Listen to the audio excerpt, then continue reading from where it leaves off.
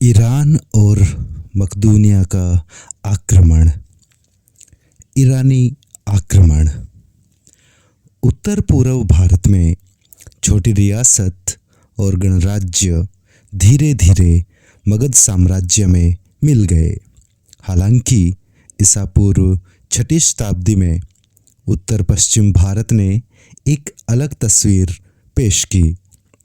कंबोज, गांधार और मद्रास जैसी कई छोटी रियासतों ने आपस में संघर्ष किए। इस क्षेत्र में मगध की तरह कोई शक्तिशाली साम्राज्य नहीं था जो युद्धग्रस्त समुदायों को मिलाकर संगठित साम्राज्य बना सके। क्योंकि यह क्षेत्र प्राकृतिक संसाधनों से समृद्ध था, इसने अपनी और पड़ोसियों का ध्यान आकर्षित किया। इसके अलावा हिंदू कुश के दर्रों से यहाँ आसानी से प्रवेश किया जा सकता था।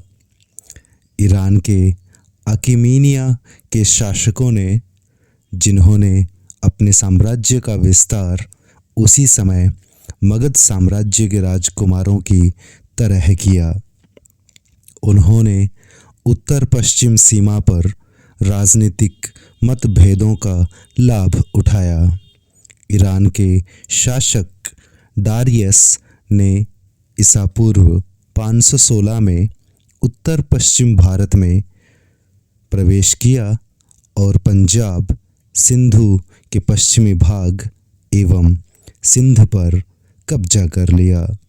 यह क्षेत्र 20वें प्रांत या ईरान के रियासत में परिवर्तित हो गया, जिसमें कुल 28 रियासतें थीं।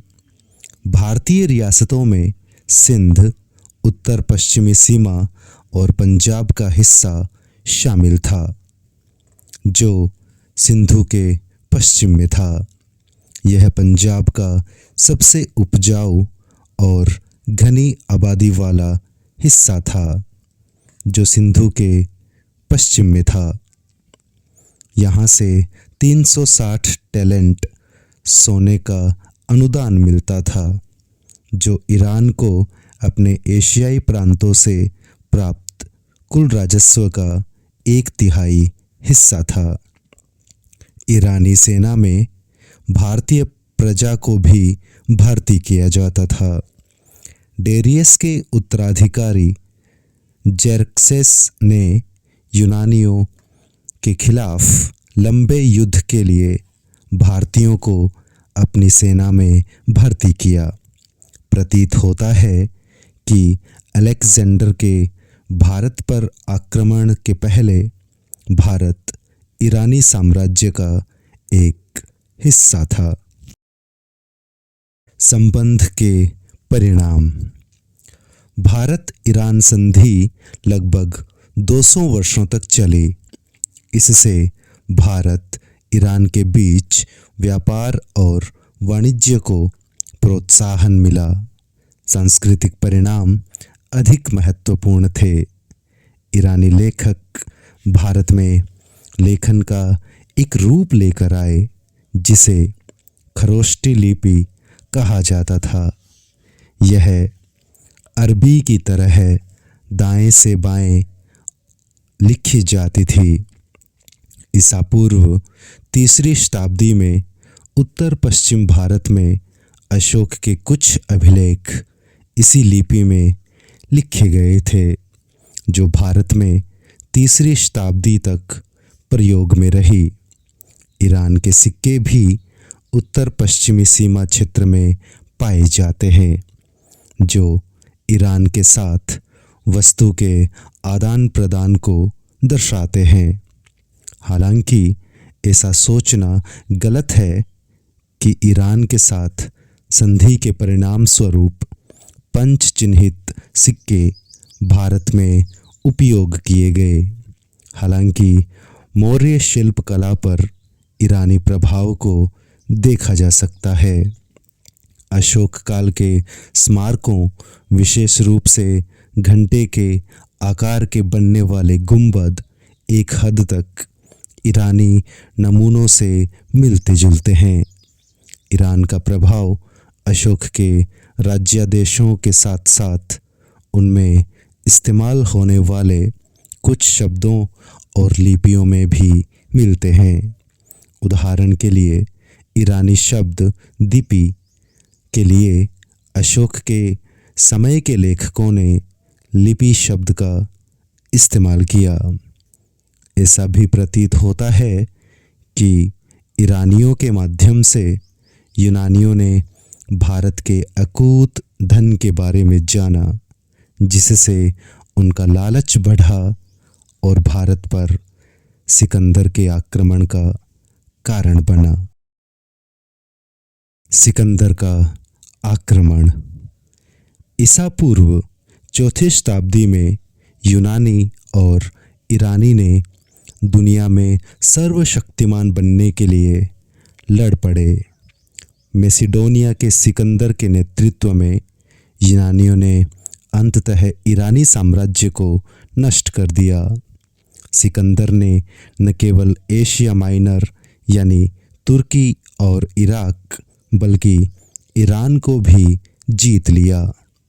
ईरान से वह भारत की ओर बढ़ा। जाहिर है कि ऐसा उन्होंने भारत के अपार धन के लालच में किया। हेरोडोटस, जिसे इतिहास का पिता कहते हैं, उसने और यूनान के अन्य लेखकों ने भारत की भव्यता का चित्रण किया था, जिससे सिकंदर यहाँ आक्रमण के लिए लालायत हुआ। सिकंदर को भी भौगोलिक ज्ञान और प्राकृतिक इतिहास को जानने की ललक थी। उसने सुना था कि भारत के पूर्वी किनारे पर कैस्पियन सागर था। वह पूर्ववर्ती विजेताओं से मिथिकीय कारनामों से भी प्रेरित था, जिसका अनुकरण कर वह उसे भी पार कर जाना चाहता था। उत्तर पश्चिम भारत की राजनीतिक स्थिति उसकी योजनाओं के अनुकूल थी। यह क्षेत्र कई स्वतंत्र राजशाहों और कबीलाई गणराज्यों में विभाजित था, लेकिन वे जिन रियासतों के अंतर्गत आते थे उससे वह संपूर्ण समर्पण भाव और दृढ़ता से जुड़े हुए थे। सिकंदर ने इन रियासतों को बारी बारी से जीतना आसान समझा। इन क्षेत्रों के शासकों में से दो शासक विख्यात थे, अंभी तक्षशिला के राजकुमार और पोरस, जिसका राज्य झेलम और चिनाब के बीच था। वे एक साथ मिलकर सिकंदर की बढ़त का प्रभावी रूप से विरोध कर सकते थे, लेकिन वे संयुक्त मोर्चा बनाने में असफल रहे और इसीलिए खैबर दर्रा बिना प्रहरी के था। ईरान की विजय के बाद सिकंदर काबुल की ओर बढ़ा, जहां से वह ईसा पूर्व 326 में खैबर दर्रे से होकर भारत की ओर चल दिया। सिंधु तक पहुंचने में उसे 5 महीने लगे। तक्षशिला का शासक अंभी सिकंदर से शीघ्र पराजित हो गया और सिकंदर की सेना और मजबूत हो गई। साथ ही उसने अपने खजाने की भरपाई भी की। झेलम पहुंचने पर सिकंदर को पहले और कड़े प्रतिरोध का सामना पोरस से करना पड़ा। हालांकि सिकंदर ने पोरस को हरा दिया, किंतु वह उसकी बहादुरी और साहस से प्रभावित था। इसलिए उसने अपने राज्य को उसके पास ही रहने दिया और उसे अपना सहयोगी बना लिया। सिकंदर व्यास नदी तक पहुंच चुका था। वह उत्तर की तरफ और आगे बढ़ना चाहता था, लेकिन उसकी सेना ने उसके साथ जाने से इनकार कर दिया। यूनानी सैनिक युद्ध के कारण थकान और बीमारी के शिकार हो गए थे। भारत की गर्म जलवायु और 10 वर्षों के निरंतर युद्ध अभियान ने उन्हें बुरी तरह से बीमार बना दिया था। वे सिंधु के किनारे भारतीय लड़कों के युद्ध कौशल से भी परिचित हो चुके थे, जिससे वे आगे बढ़ने से कतरा रहे थे।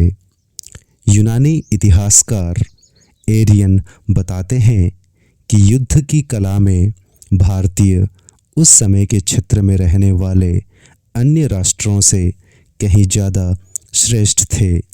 विशेषकर ग्रीक सैनिकों को गंगा पर तैनात एक विशाल सेना के बारे में सूचना थी।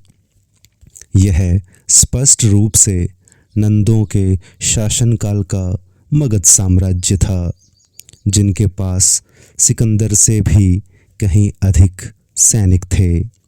इसलिए आगे बढ़ने के लिए सिकंदर के कई आदेशों के बावजूद ग्रीक सैनिकों ने आगे बढ़ने से मना कर दिया। सिकंदर ने दुखी होते हुए कहा, मैं उनको जगाने की कोशिश कर रहा हूँ जो निष्ठाहीन और कायर हैं, जो भय से ग्रसित हैं। जो राजा अपने दुश्मनों के हाथों कभी नहीं हारा था, उसे अपने ही लोगों ने हरा दिया था। उसे अपने ही लोगों ने पीछे हटने के लिए मजबूर कर दिया और पूर्वी साम्राज्य पर शासन का उसका सपना अधूरा ही रह गया।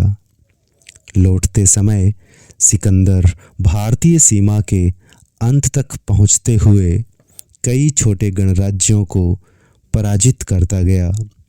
वह निरंतर 19 महीनों तक भारत में युद्धरत रहा, जिससे उसके पास अपने विजय को व्यवस्थित करने तक का भी समय नहीं मिला। फिर भी उसने कुछ व्यवस्थाएं की।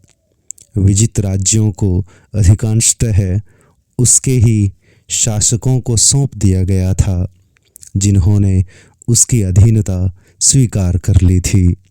हालांकि उनकी क्षत्रिय संपत्ति को 3 भागों में विभाजित कर 3 ग्रीक राज्यपालों के अधीन रखा गया था।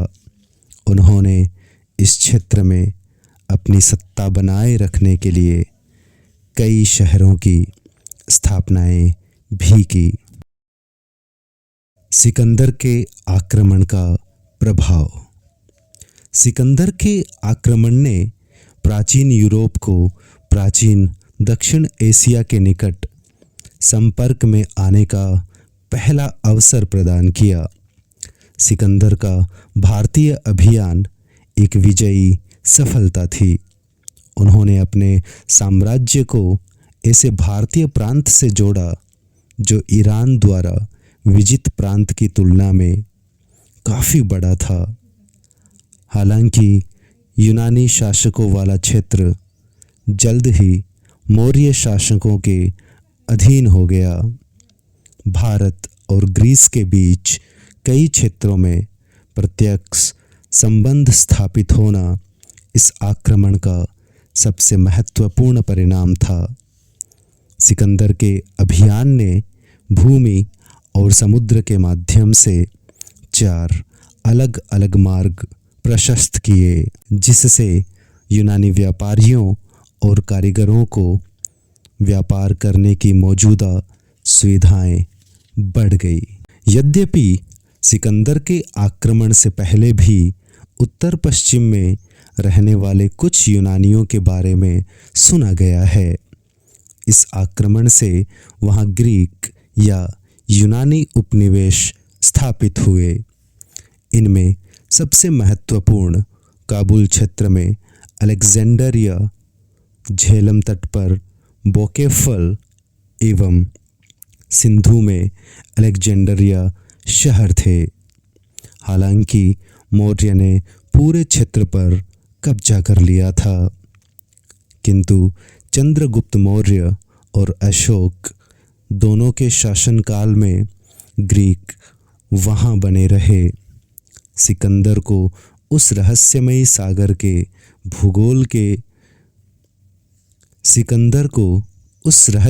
सागर के भूगोल में बहुत रुचि पैदा हो गई थी, जिसे उसने सिंधु के मुहाने पर पहली बार देखा था। इसलिए उसने तटों को तलाशने और सिंधु के मुहाने से यूफ्रेटस या महानद तक बंदरगाहों की खोज करने के लिए एक जहाजी बेड़ा अपने मित्र नियरकस के साथ भेजा। नतीजतन सिकंदर के इतिहासकार उस मूल्यवान भौगोलिक इतिहास को लिख गए, जिसमें सिकंदर के अभियानों का सही उल्लेख है, जिससे हमें आगामी घटनाओं के सही भारतीय कालक्रम स्थापित करने में मदद मिलती है। सिकंदर के इतिहासकारों से हमें समय की सामाजिक और आर्थिक स्थितियों के बारे में महत्वपूर्ण जानकारी मिलती है। वे हमें सती प्रथा, गरीब माता पिता द्वारा बाजारों में लड़कियों और उत्तर पश्चिम भारत में बैलों की अच्छी नस्ल की बिक्री के बारे में बताते हैं। सिकंदर ने यहाँ से ग्रीस में उपयोग करने के लिए 2 लाख बैल मैसिडोनिया भेजे। बढ़ईगिरी की कला भारत में सबसे अधिक समृद्ध थी। बढ़ई रथ, नाव और जहाज़ों का निर्माण करते थे। उत्तर पश्चिम भारत में छोटे राज्यों की क्षमता नष्ट कर सिकंदर के आक्रमण ने उस क्षेत्र में मौर्य साम्राज्य के विस्तार के लिए मार्ग प्रशस्त किया। परंपरानुसार मौर्य साम्राज्य के संस्थापक चंद्रगुप्त मौर्य ने सिकंदर की सैन्य मशीन को काम करते देखा और इससे कुछ ज्ञान प्राप्त किया, जिससे उन्होंने नंदों की शक्ति का सर्वनाश कर दिया। धन्यवाद। आप सुन रहे थे भारत का प्राचीन इतिहास। लेखक रामशरण शर्मा, इकाई 16।